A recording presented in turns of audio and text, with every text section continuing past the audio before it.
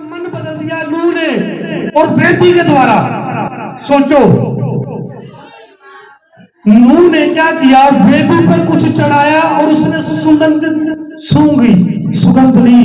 Hallelujah. सुगंध लेने के बाद परमेश्वर ने अपने मन में क्या कहा कि मैं इन कायनात को फिर नाच ना करूंगा। ये क्या हो गया, परमेश्वर की वाचा वहीं पर चेंज हो गई है। परमेश्वर ने मन बदल लिया। परमेश्वर ने क्या किया, मन बदल लिया। और आप लोग भी परमेश्वर के माइंड को चेंज कर सकते हो। आप लोग भी परमेश्वर के माइंड को चेंज कर सकते हो। वहां पर नूह ने माइंड को चेंज किया, परमेश्वर के प्लान को चेंज कर दिया। Alter the change of the mind of God, alter change the mind of God. तुम्हारी वेदी तुम्हारे परमेश्वर के फैसले को बदल सकती है, याद रखना। Hallelujah, hallelujah. और हम लोग मसीह में आके सुख लेकर कुछ अच्छा हो जाता जीवन में, तो परमेश्वर के साथ कोई लिंक नहीं है। भूल जाते हैं चर्च भी जाना, भूल जाते हैं कि संडे है, आज हमारा एक पवित्र दिन है, पवित्र दिहाड़ा है, भूल जाते हैं। तो जब वेदी बनी है तो वो बलि भी मांगेगी, याद रखना। आज नहीं मांगेगी, कभी मांगेगी। इसका मैं आपको बताता हूं सिस्टम। हालेलुया। तो वो बलि मांगेगी और बलि आपके पास नहीं है और वो कुछ भी ले सकते हैं। वो ब्लड मांगेगी, फिर वो ब्लड मांगेगी।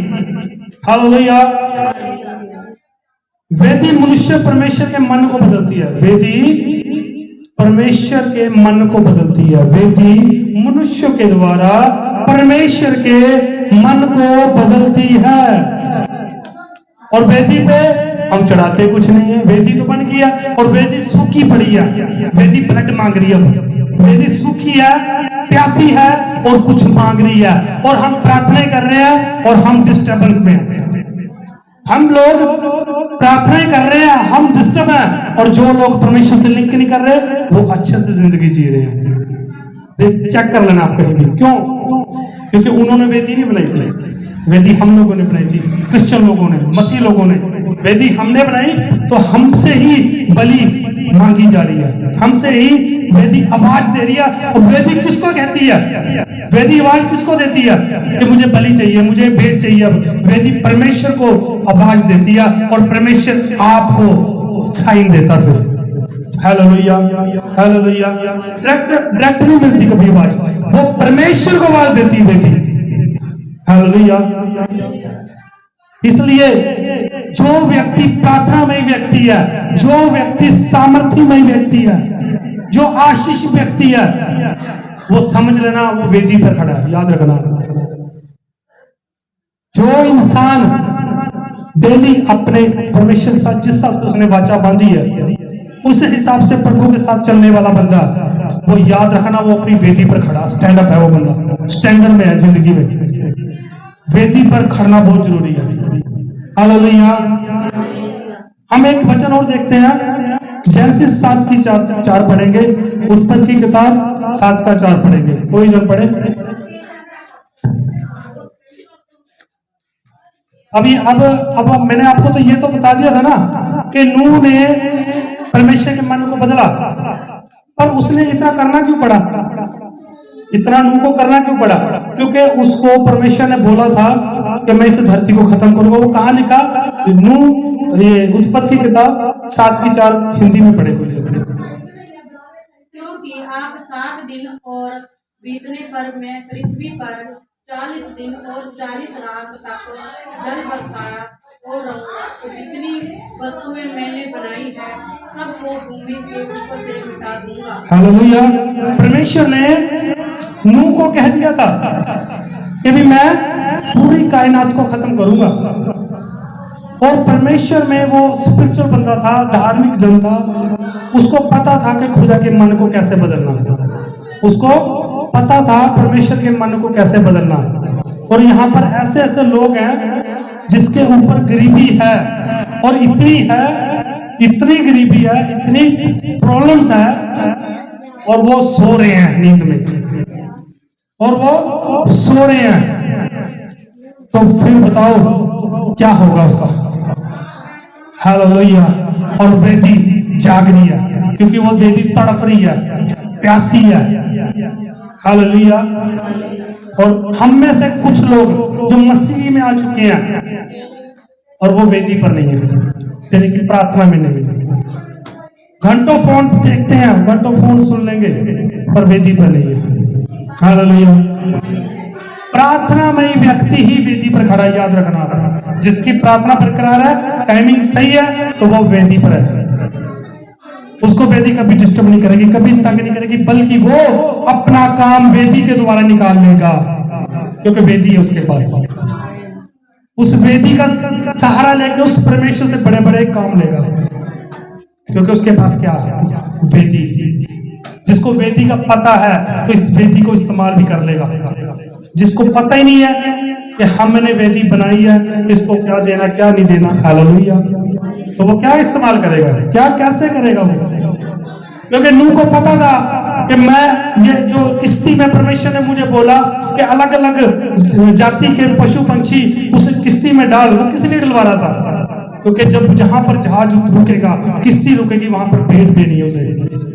उन्हीं में से भेंट दी गई थी, पवित्र पशुओं में से। हालेलुया। तो परमेश्वर हमें प्यार करता, हमें नाश नहीं करना चाहता। बाइबल में लिखा ना कि मैं तुम्हारे पापों को उजागर करने लिए नहीं आया, बल्कि क्षमा करने के लिए आया। और परमेश्वर का मन आप कैसे बदलोगे? आपके पास वेदी है, आप वेदी पे जा सकते हो। Hallelujah, hallelujah.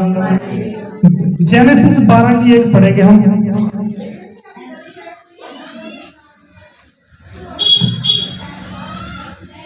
फिर हम आगे देखते हैं अब्राहम ने भी वेदी बनाई। पढ़ो कोई अब्राहम 12 का 1। तब यहोवा ने अब्राम नु आख्या, तू अपने देश तो और अपने साका तो और अपने पिता दे घर तो उस देश नु जो मैं तेनू दिखावांगा निकल तू। हालेलुया। हाँ जी, उससे अगले वचन में लिखा, मैं तुझे बड़ी कौम बनाऊंगा। परमेश्वर ने अब्राहम को कहा, मैं तुझे बड़ी कौम बनाऊंगा। मतलब आपने देखा होगा कि भी अब्राहम पहले नाम था अब्राहम। अब्राहम मीन्स एक का पिता, और जब परमेश्वर ने उसके नाम में सांस लिया अब्राहम, जब उसके नाम में सांस लिया और बड़ा कर दिया उसका नाम, तो फिर वो अनेकों का पिता बन गया। हालेलुया। पहले उसके पास चढ़ाने के लिए कुछ नहीं था, पहले उसके पास चढ़ाने के लिए कुछ नहीं था। जब परमेश्वर उससे बात की तो उसे दर्शन दिया कि मैं तेरी कौम को बड़ा बड़ा ये देश दूंगा, कह रहा कनान देश दूंगा, यानी कि इस्राएल दूंगा, शांति। और शांति हम अब्राहम के अंश में से है। अब हम सब लोग अब्राहम की अंश में से हैं, और वो शांति हमारे पास कहाँ है? हालेलुया। वो किसके लिए था? अब्राहम ने अपने बेटे को लिया और वेदी पर चढ़ा दिया, चढ़ाने के लिए ले गया। वो किस लिए? क्योंकि उसे पता था कि जो परमेश्वर ने वादा किया वो देश मेरे वंश को ही मिले। उसने परमेश्वर ने अपने बेटे की भी परवाह नहीं की। वो प्रमुख, क्योंकि देखो कोई भी इंसान में इतना दिल नहीं है कि अपने बेटे की बलि दे। हालेलुया। एक तो वो वैसे ही 99 साल की उम्र में उसको बेटा हुआ, और वो भी प्रभु ने मांग लिया। वो प्रभु ने नहीं मांगा था, वो वेदी ने मांगा था।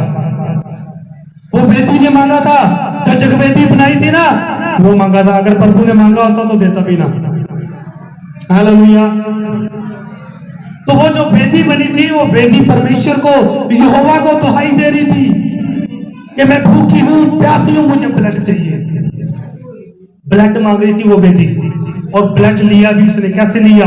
जब अब्राहम ने अपने पुत्र को वहां पर लिटा दिया और खंजर को लेके मारने लगा उसे, तो परमेश्वर ने उसे आवाज दी, अब्राहम इससे छेड़ना मत, रुक जाओ, इसमें कुछ मत कर। और तेरे पीछे एक भेड़ है जो झाड़ी में फंसी हुई है, उससे ले और मुझे दे। ब्लड मांग रही थी वेदी, याद रखना, और वेदी को ब्लड दिया। हालेलुया। वो चढ़ाना जरूरी था, अपना बेटा चढ़ाया। सिर्फ वेदी पर उसने, अब्राहम ने अपने बेटे को ऊपर चढ़ाया, बस ऊपर चढ़ाया, और उसी में परमेश्वर खुश हो गया। फिर प्रभु का मन बदल गया और भेंट दे दी। Hallelujah, hallelujah. तो परमेश्वर आप लोगों को भी अलर्ट करता है कि आप भी कुछ खास हो, आप खास हो। आपके पास वेदी है, अपनी वेदी को मरम्मत कर सकते हो, टूटी फूटी को, जैसे हारून ने की थी।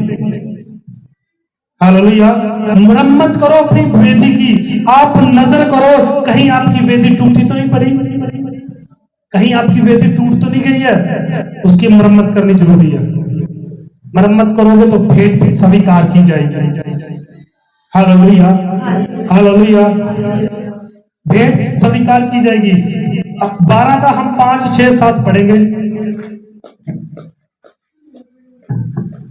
ਤਾਂ ਅਬਰਾਹਮ ਸਾਰਾ ਹੀ ਆਪਣੀ ਪਤਨੀ ਨੂੰ ਅਤੇ ਲੂਤ ਆਪਣੇ ਭਤੀਜੇ ਨੂੰ ਅਤੇ ਉਹਨਾਂ ਦੇ ਸਭ ਧਨ ਨੂੰ ਜੋ ਉਹਨਾਂ ਦੇ ਇਕੱਠਾ ਕੀਤਾ ਅਤੇ ਉਹਨਾਂ ਨੂੰ ਜੀਵਾਂ ਨੂੰ ਜਿਨ੍ਹਾਂ ਨੂੰ ਉਹਨਾਂ ਦੇ ਹਰਾਨ ਵਿੱਚ ਪ੍ਰਾਪਤ ਕੀਤਾ ਸੀ ਲੈ ਕੇ ਕਨਾਨ ਦੇਸ਼ ਨੂੰ ਜਾਣ ਲਈ ਨਿਕਲ ਤੁਰਿਆ ਅਤੇ ਉਹਦੇ ਕਨਾਨ ਦੇਸ਼ ਵਿੱਚ ਆਏ ਅਤੇ ਅਬਰਾਹਮ ਦੇਸ਼ ਦੇ ਵਿੱਚੋਂ ਦੀ ਸ਼ਕਮ ਦੀ ਥਾਂ ਤਾਈ ਅਰਥਾਤ ਮੋਰਾ ਦੇ ਬਲੂਤ ਤਾਈ ਲੰਘਿਆ ਅਤੇ ਕਨਾਨੀ ਅਤੇ ਉਸ ਦੇਸ਼ ਵਿੱਚ ਹੈ ਸਨ। ਤਦ ਯਹੋਵਾ ਨੇ ਅਬਰਾਹਮ ਨੂੰ ਦਰਸ਼ਨ ਦੇ ਕੇ ਆਖਿਆ ਕਿ ਤੇਰੀ ਅੰਸ਼ ਨੂੰ ਮੈਂ ਇਹ ਧਰਤੀ ਦਿਆਂਗਾ ਅਤੇ ਉਸਨੇ ਉੱਥੇ ਇੱਕ ਜਗਵੇਦੀ ਯਹੋਵਾ ਲਈ ਬਣਾਈ जिस ने उन्हें दर्शन देता सी। परमेश्वर ने तो उसे दर्शन पहले दे दिया, अब्राहम को दर्शन दे दिया कि ये जो देश है, जिस देश को मैं तुझे बोल रहा हूं कि अपने पापा, अपने मम्मी, अपनी फैमिली को छोड़ और जिस देश को मैं तुम्हें हुक्म करता हूं वहां पर जा और वहां पर वास कर। हालेलुया। तो उसने कोई सवाल जवाब नहीं किए अब्राहम ने, क्योंकि वो धर्मी पुरुष था और परमेश्वर की मर्जी पर चलने वाला था। उसने क्या काम किया, उसने वैसे ही किया क्योंकि परमेश्वर को पता था कि जब ये अपने देश को नहीं छोड़ेगा ये बढ़ेगा नहीं। और तुम लोगों को जितना मर्जी कह दो कि तुम ऐसे करो, वो से करो, ये करो, वो करो, आप भी वो चीज नहीं कर पाते। और अब्राहम ने क्या करा, अपना देश छोड़ दिया। और आगे क्या दर्शन आया कि अभी मैं तुझे ये कनान देश दूंगा, तेरी वंश को, ऐसे लिखा वहां पर कि तेरे वंश को कनान देश दूंगा। Canaan means Israel, Israel means शांति, ब्लेसिंग। हालेलुया।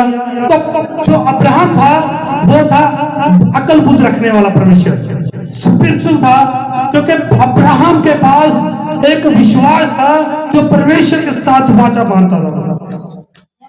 और उसको जब पता लगा कि परमेश्वर ने मुझसे वादा दर्शन दिया मुझे कि ये कनान देश में तेरी वंश को दूंगा, तो अब्राहम ने क्या करा, पक्की मोहर लगवा ली। पक्की मोहर उसने कैसे लगाई, पक्की मोहर जगवेदी बनाई और भेंट चढ़ाई, मेरे ही वंश को मिले, कह रहा मेरे ही वंश को मिले।